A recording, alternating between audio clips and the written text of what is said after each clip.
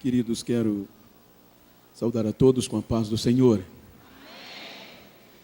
Quero externar a minha gratidão a Deus por mais uma vez tornar a esta casa, agradecer ao pastor José Pedro, agradecer ao pastor Adriano, pastor André, e esta honrada diretoria e este coeso ministério pela credibilidade e a confiança, sabedor de que não tenho merecimentos, mesmo assim tenho este privilégio. Quero externar a minha gratidão à pastora, com toda a equipe da coordenação da Cibesc, e obviamente a todas as componentes, e felicitá-las por esta data tão memorável. Agradeço a Deus por rever meu amigo, o pastor Samuel, como também a banda,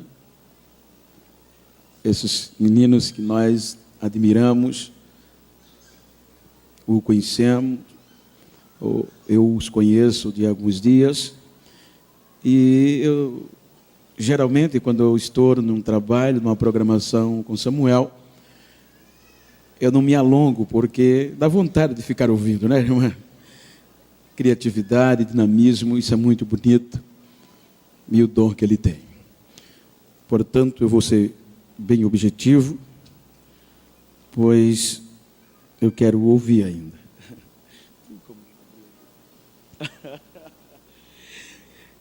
O tema é bem sugestivo, é uma história bem conhecida, mas eu quero me ater simplesmente no contexto da afirmação da mulher.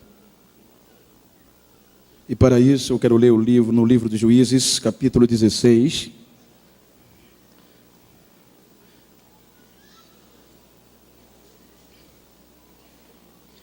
Haja vista que a sua resposta ao esposo foi de tranquilidade e foi de uma passividade, de uma confiança tremenda. Juízes 16, versículos 21 e 22, está escrito: Então os filisteus pegaram nele, arrancaram-lhe os olhos e os fizeram descer a Gaza. Amarrando-o com 2 cadeias de bronze, puseram-no a girar um moinho no cárcere.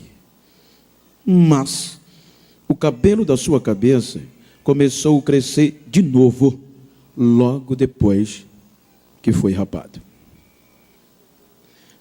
Quero tomar por base esse texto para falar-lhes uma mensagem estimulativa sobre deixar uma raiz. Dá para você repetir comigo? Deixaram a raiz. Quando nós observamos o contexto, nós deparamos-nos com uma situação de confiança de Deus. Pois quando Deus resolve gerar este projeto, Deus começa com os impossibilitados. Haja vista que Abraão, conforme os irmãos entendam no contexto, ele estava em uma terra adversa, idólatra, em meio a uma geração idólatra, que não era comum conhecer a Deus. Então Deus vem a Abraão e lhe faz uma proposta ousada, desafiadora, e o estimula para o aceitar. Ele lhe faz uma promessa dentro da sua necessidade.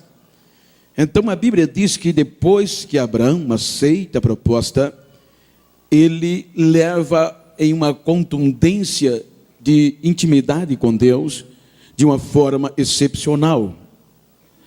Fabrícia me conhece há muito tempo, tive o prazer de pastorear e quero agradecer a ela, pois se não fosse ela eu não estaria conhecendo-vos.